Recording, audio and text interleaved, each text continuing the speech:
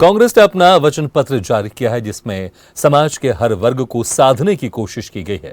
इसी मुद्दे पर हमारे साथ बात करने के लिए राष्ट्रीय प्रवक्ता सुरेंद्र राजपूत जुड़ रहे हैं, जिनसे चर्चा करेंगे हमारे Gwalior bureau head Arvind Singh Chauhan. Arvind ji, over to you. हाँ, बागेश्वर साफ तौर पर देखा जाए कि आज कांग्रेस ने अपना वचन पत्र जारी किया और भोपाल से पूरे प्रदेश के लिए जारी किया गया। ग्वालियर में आज राष्ट्रीय प्रवक्ता है, उन्होंने आज वचन पत्र जारी किया। साफ तौर पर देखेंगे कि ये पूरी कांग्रेस की टीम बैठी हुई है जो चंबल अंचल में बिल्कुल युद्ध स्तर पर लड़ने के लिए तैयार है। क्योंकि सबसे बड़ी बात यहाँ पर यह है कि चंबल अंचल को विशेष तौर पर एक यहाँ हब बना हुआ है, क्योंकि 2018 में सत्ता परिवर्तन यहीं से हुआ था। 2020 में कुछ लोग कांग्रेस छोड़ के भाजपा में चले गए, सत्ता परिवर्तन हुआ था। ये सारी टीम है बिल्कुल यहाँ पर डट के मुकाबला कर रही है। सबसे पहले हम बात करते हैं राष्ट्रीय प्रवक्ता हमारे साथ, उनसे जानने की कोशिश करते हैं। सर, कैसे देखते हैं आज के इस वचन पत्र को? करते भी चलो, बढ़ते भी चलो, बाजू भी बहुत हैं, सर भी बहुत, और चलते ही चलो कि अब डेरे मंजिल पे डाले जाएंगे। हमारा वचन पत्र हमारा शासन करने का, सेवा करने का एक संकल्प पत्र है। सारे वचन को हम पूरा करेंगे, जैसे कर्नाटक में पूरा कर रहे, जैसे हिमाचल में पूरा कर रहे, जैसे राजस्थान में पूरा किया, छत्तीसगढ़ में पूरा किया। आपको पूरे देश में एक भी जगह ऐसी नहीं मिलेगी जहां पर 2,500 रुपये क्विंटल धान खरीदा गया हो, वो छत्तीसगढ़ था। आपको देश में एक भी भाजपा लेने की बात कर रहे हैं, 2 रुपये किलो हम लोग गोबर लेने की बात कर रहे हैं।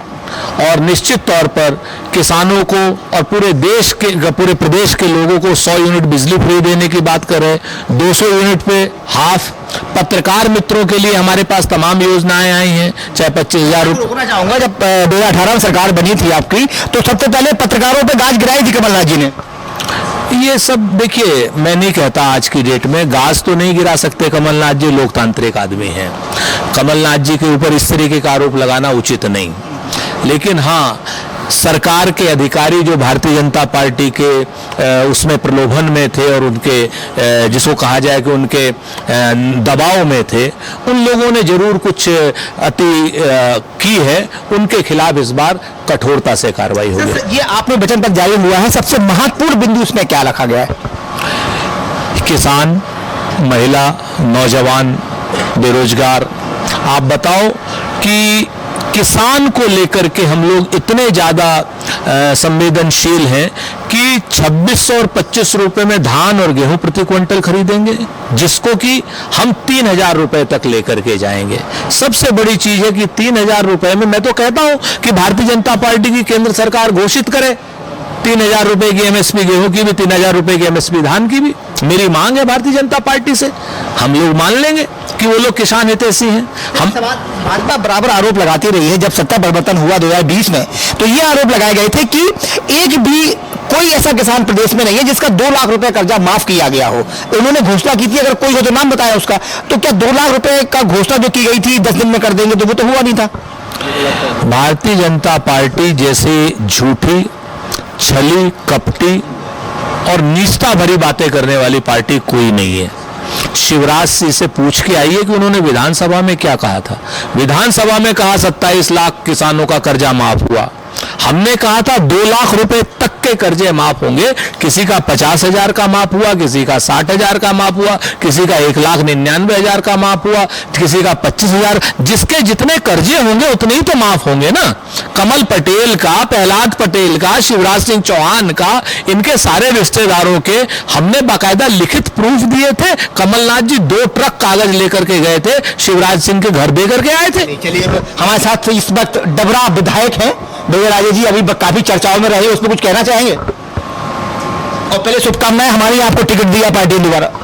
मैं, हमारा केंद्रीय नेतृत्व जहाँ विराजमान है, मैं प्रदेश से लेके, प्रदेश से भी नीचे, ब्लॉक से भी नीचे, मंडल, सेक्टर, सबको दिल से धन्यवाद दूंगा कि उनके आशीर्वाद से पार्टी ने मेरे पर पुनः भरोसा जताया है।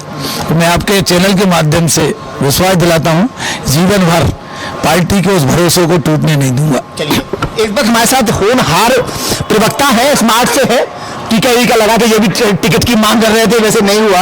हमारी शुभकामनाएं अगली बार के लिए। कैसे देखते हैं? कमलनाथ जी के नेतृत्व में कांग्रेस पूर्ण बहुमत की सरकार बनाने जा रही है। और 150 से भी अधिक सीटें लेकर। टिकट नहीं मिला आपको, मांग रहे थे? टिकट मांगना नहीं मांगना एक तो कार्यकर्ताओं का काम है, लेकिन पार्टी के लिए दम से लगना और अंत तक उस विजय को पाने के लिए अपने सर्वस्व को निछावर करना, ये मूल कार्यकर्ता का काम है, वो हमारा काम है। आप भी भाई साहब बड़ी ताकत से लगे हुए हैं, कैसे देखते हैं? मध्य प्रदेश में इस बार कमलनाथ जी की सरकार। तो नाम बता दीजिए भाई साहब। मेरा नाम सुबोध दुबे है। सुबेद दुबे जी, चलिए भाई साहब, मैं थोड़ा कम परिचित था, आपसे मुलाकात हो गई, हमारे होनहार अध्यक्ष जी से पास जाते हैं।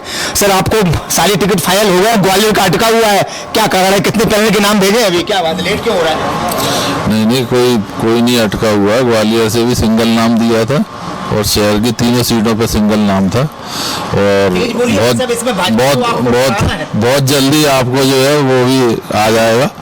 और 144 की लिस्ट आई है, अभी 230 की नहीं आई, जो आप कह रहे हो कि अटक गया है। चलिए, हमारे साथ विधायक सतीश से करवा रहे हैं। सर, क्या बात है, आपके सामने कोई आने को तैयार नहीं भाजपा में, क्या डर आपने पैदा कर दिया है?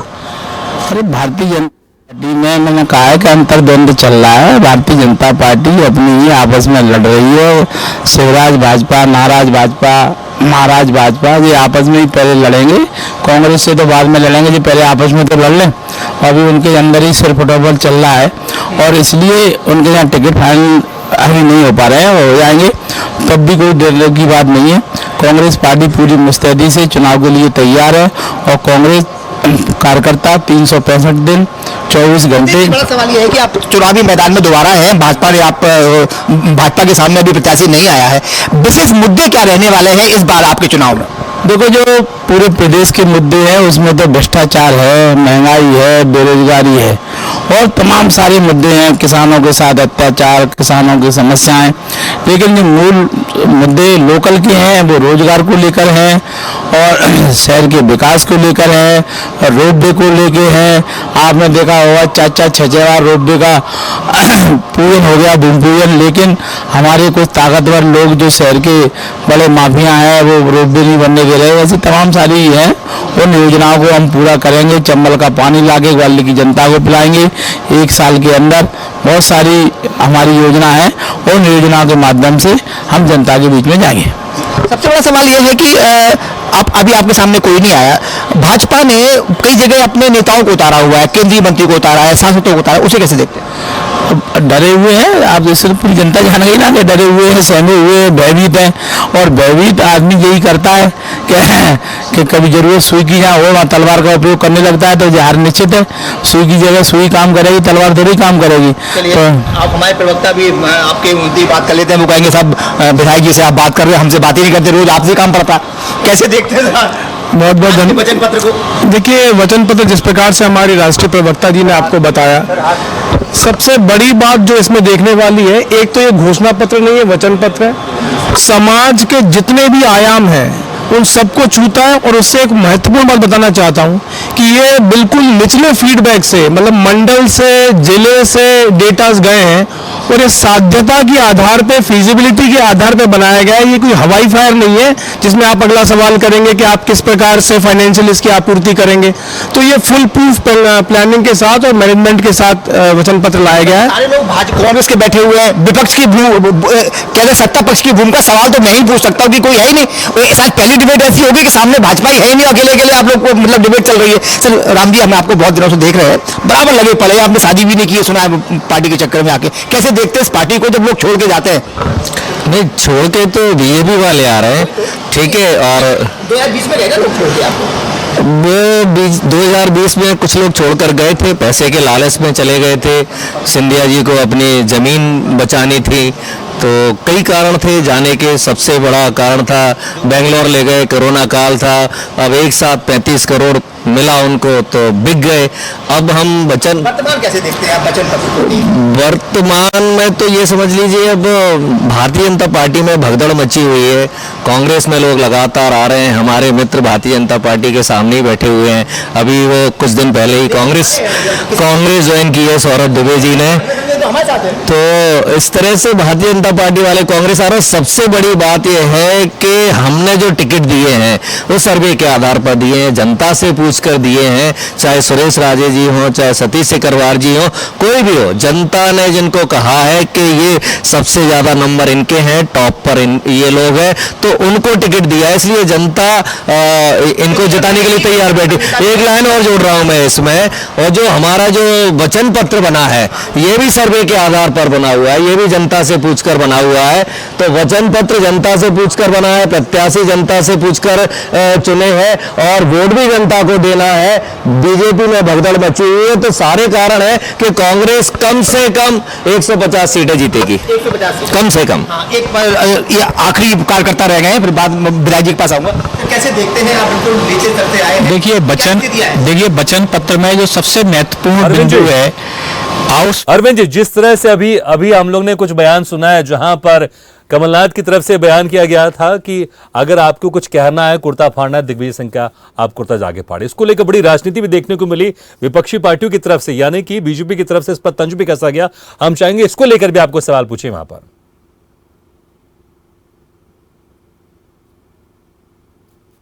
एक एक बात कही गई है वो जनता के हित के लिए कही गई है।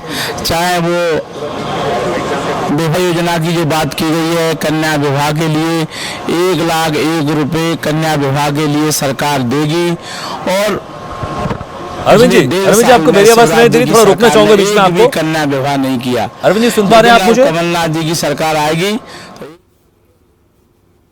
अरविंद जी, जिस तरह से अभी एक बयान हमने सुना था जहां पर कमलनाथ की तरफ से कहा गया था कि अगर आपको कुर्ता फाड़ना है, दिग्विजय सिंह का आप कुर्ता फाड़िए, इसको लेकर बीजेपी की तरफ से तंज भी कसा गया था। मैं चाहूंगा इसको लेकर वहां पर जो नेता बैठे हैं कांग्रेस के, आप उनसे जरूर सवाल कीजिए कि ये किस तरह की राजनीति है और इसके क्या मायने हैं।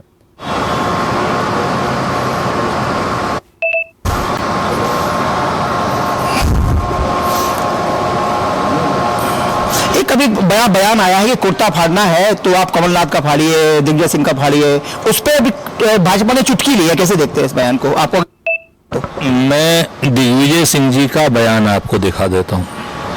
पता नहीं भारतीय जनता पार्टी क्या ली सर बता नहीं, भारतीय जनता पार्टी अब चुटकी लेने लायक रह जाए। पता है, खूब पता है। राम और लक्ष्मण का संवाद या भरत और राम का संवाद, दिग्विजय सिंह जी का और कमलनाथ जी का संवाद हुआ है, मंच पे हुआ है। मंच पे हुआ, तमाम तरीके, हम लोग तमाम बातें करते हैं, हम आपसे मजाक नहीं कर सकते। 1980 से दोनों के एक दूसरे के संबंध है। अगर मजाकिया संवाद पर भी भारतीय जनता पार्टी को चुटकी लेनी है तो स्वतंत्र है। अपने यहाँ जरूर देखें ना कि उनके, हमारे यहाँ तो मंच से निस्तारण हो रहा है मतभेदों का, उनके यहाँ पर साजिशें रची जा रही हैं महलों में, कमरों में। उनके यहाँ पर तो नरेंद्र मोदी जी जो कह दे रहे हैं वो सही है, उसके अलावा मतभेद की संभावना तक नहीं है। उनके यहाँ 8-8, 9-9, 10-10 मुख्यमंत्री पद के कुछ दिनों बाद मोहल्ले मोहल्ले में मुख्यमंत्री पद के दावेदार कर देंगे वो। कहीं पे कमल पटेल, कहीं प्रहलाद पटेल, कहीं कैलाश विजयवर्गीय, कहीं नरेंद्र तोमर। चौथी लिस्ट में शिवराज जी को नाम दे रहे हैं, इतनी बड़ी बेइज्जती। और चौथी लिस्ट में तो शिवराज को दे भी दिया, उनको 4 बार बेइज्जती गई। हमारे यहाँ का जो यहाँ ज्योतिरादित्य है उसको तो चौथी लिस्ट में भी नाम नहीं दिया, उसके ऊपर भरोसा ही नहीं। सांसद है भाई, मंत्री है। तो सांसद का नरेंद्र सिंह तोमर कृषि मंत्री नहीं थे? प्रहलाद पटेल मंत्री नहीं है जो उनको पहली लिस्ट में दे दिया? राकेश सिंह मंत्री नहीं है पहली लिस्ट में? आप बताओ, 5वीं लिस्ट तक अगर, अब तो ज्योतिरादित्य जी को शर्म से डूब जाना चाहिए अगर अब उनके किसी लिस्ट में नाम आया तो। शिवराज पता नहीं कैसे लड़ रहे हैं चुनाव, सीटों की संभावना आपको लग रही है। अच्छा, एक सवाल मेरा और भी है, ये आपस में जितने बड़े लीडर्स हैं, दिग्विजय सिंह चाहे हो, चाहे राहुल भैया हो, चाहे कमलनाथ जी हो, आपस में एक दूसरे से बहसाबाजी बहुत होती है, मन प्रेम नहीं है। कैसे देखते हैं सर, कैसे आप 155, 160 की बात करते हैं? हमारे यहाँ पे कहते हैं ना, आपने बचपन में पढ़ा होगा, हम लोगों ने बचपन में पढ़ा कि अनेकता में एकता हिंद की विशेषता। आज की डेट में जब तक अनेकता में एकता नहीं होगी तब तक विशेषता हिंद की हो ही नहीं सकती। मतभेद और चर्चा करना हमारे स्वाभाविक प्रक्रिया, राजनीति होती है इसीलिए। पार्टी के अंदर की राजनीति को भी देखना पड़ता है और जहां पर विपक्षी पार्टियों के साथ भी राजनीति का खेल चलता रहता है। फिलहाल चुनाव का समय इस तरह की राजनीति और देखने को मिलेगी। बहुत बहुत शुक्रिया अरविंद इससे चर्चा के लिए। ऐसे ही वीडियो के लिए लाइक करें, शेयर करें, फॉलो करें और YouTube पर जाकर सब्सक्राइब करें और बेल आइकन को दबाना ना भूलें। और ताजा तरीन अपडेट के लिए swedeshlive.com पर जरूर जाएं।